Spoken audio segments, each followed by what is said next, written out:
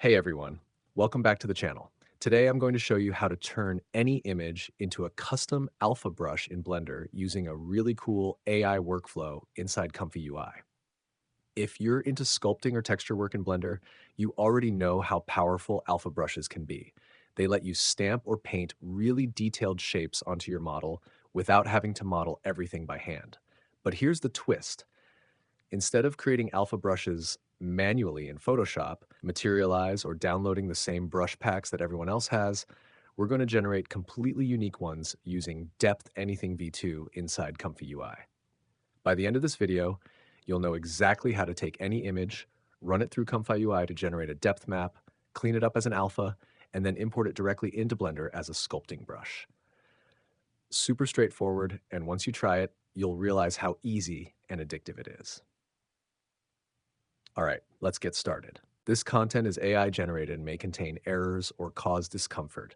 Use at your own risk and verify with reliable sources. The creator is not responsible for any consequences.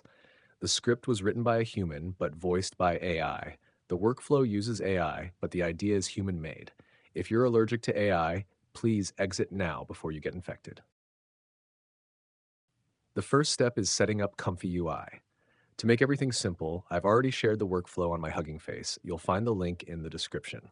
When you drag the workflow into ComfyUI, chances are you'll see a missing node error. Don't panic, this is normal. To fix it, go to the top right corner, click on ComfyUI Manager, and then choose Custom Node Manager.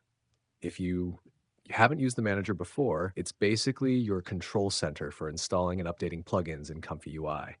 Instead of manually hunting for GitHub repos, you can do everything with just a couple of clicks. For this workflow, there are three missing extensions you'll need. DepthAnything v2. This is the core model that generates depth maps from your images. KJ nodes. This gives you some image processing tools like resizing, remapping, and contrast adjustment. Logic utils, a utility node set that helps simplify workflows. Click to install all three, then restart ComfyUI and refresh your browser. Just a kindly reminder, if you can't search Logic Utils in your ComfyUI manager for some reason, just like me, you can install it right at the beginning when you start up ComfyUI. You'll see a pop-up saying Missing Custom Node. At that point, simply click Open Manager and then click Install on whatever node package pops up. It's going to work the same. Now, why do we specifically need DepthAnything v2? This model is designed to take any input image and produce a depth map. A depth map is basically a grayscale image where darker areas represent things further away and lighter areas represent things closer to the camera. Back in the early days of AI art, depth maps were mostly used in ControlNet to fix poses, improve consistency, or define perspective. But here we're using them in a completely different way, as alpha maps. Why does that work? Well, alpha brushes in Blender are also just black and white images. White means raised, black means flat or recessed. That makes depth maps an ideal starting point for generating detailed, realistic alpha brushes. All right, with the plugins installed, let's actually run this workflow. First, you'll need to choose a model. With DepthAnything v2, the model names look a bit strange. VT-S, VT-L, and VT-G. These stand for small, large, and giant. The bigger the model, the better the results, though it'll use more VRAM and take a bit longer. I personally recommend using the giant model for the cleanest results. You can't see the size directly inside ComfyUI, but if you check the official documentation, you'll see them listed. I don't remember exactly how I got the giant model the first time, but to make it easier, I've uploaded it to my Hugging Face. So if you want, you can just download it manually and place it into the DepthAnything v2 directory.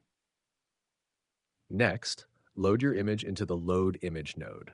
This can be anything, a photo you took, a texture you found online, or even an AI-generated design from models like Flux, SDXL, or Qwen. Once it's loaded, click Run, or just press Ctrl-Enter to generate outputs. The first run will take longer because ComfyUI needs to download the model weights. After that, it'll be much faster. While it's generating, let's talk about the adjustment nodes. Right after the depth map, I've added a Remap Image Range node. By default, the results might look a little flat, so by adjusting the minimum and maximum values, you can control the contrast of the depth map. For example, pushing the minimum up can make shadows darker, while raising the maximum can brighten highlights. I've also left in a resize image node in the workflow, but I bypassed it. If you want to resize your input image, maybe standardize everything to 1024 by 1024 pixels for Blender, you can enable it. Finally, I'm using a preview node instead of autosaving because I like having the option to manually save only the good results. Just right-click on the preview and save the image as a PNG. Once you save the depth map, you'll want to do a quick check before using it in Blender. Make sure the background is solid black. The details you want stamped should be in white or light gray.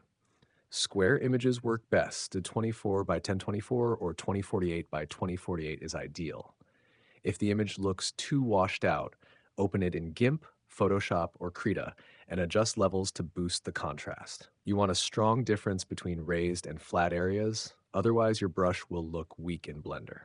What if someone says, "Oh, the background interferes with the result. It doesn't look good." Well, what you can do is use ByRefNet from the RMBG node. I've already included this node in the workflow, so don't worry. From your main workflow, just place the ByRefNet node between the Load Image node and the DepthAnything v2 node. If you're using a Resize Image node, put it before that as well. And if you don't want to use it, simply bypass it as usual.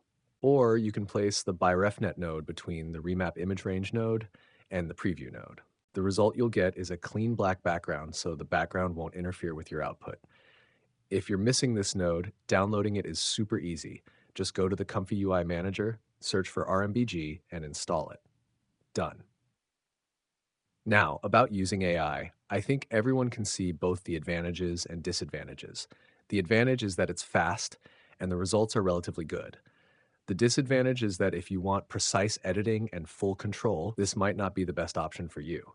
For me, I'm satisfied with the results. It's just a small sharing of my experience, nothing too special.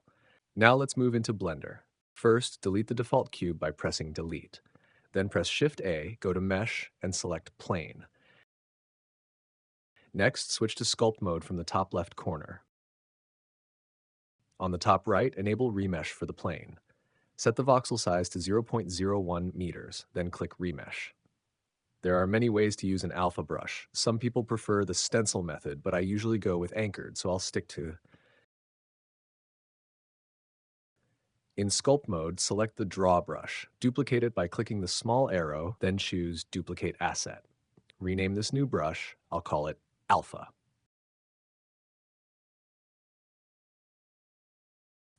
Now scroll down to the Texture section.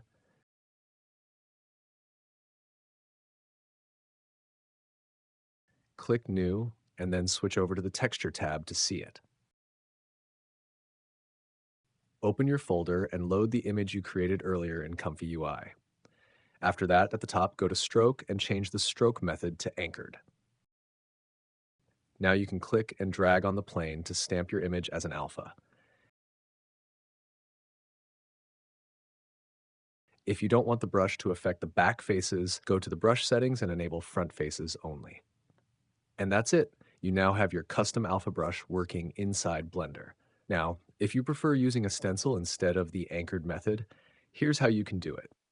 First, switch the texture mode over to stencil, then set the fall off to constant, and don't forget to enable front face only so it doesn't affect anything behind the surface. Once you've done that, you'll see the stencil appear right on your screen. You can move it around by holding the right mouse button, rotate it with Control and right mouse button, and scale it by holding Shift and right mouse button. When it's in the position you like, just left click to paint the detail directly onto your model. And if the detail comes out a little too strong, no worries. Simply lower the brush strength until it looks just right. With either method, you'll have clean, controllable sculpting detail using your custom alpha image. And that's the full workflow. Start with any image. Run it through ComfyUI with DepthAnything v2. Adjust the depth map and save it as a PNG. Load it into Blender as a texture, and you've got a fully custom sculpting brush. Think about the possibilities here. You can photograph rock walls, tree bark, leaves, or mechanical parts, and instantly turn them into brushes. You can even generate patterns with AI and convert them into stylized brushes. In just one afternoon, you could build your own unique brush pack instead of buying one online. If you found this workflow helpful, drop a like, subscribe to the channel, and let me know in the comments if you've tried this out. I'd love to see what kinds of brushes you come up with. This is Darren, and I'll see you in the next video.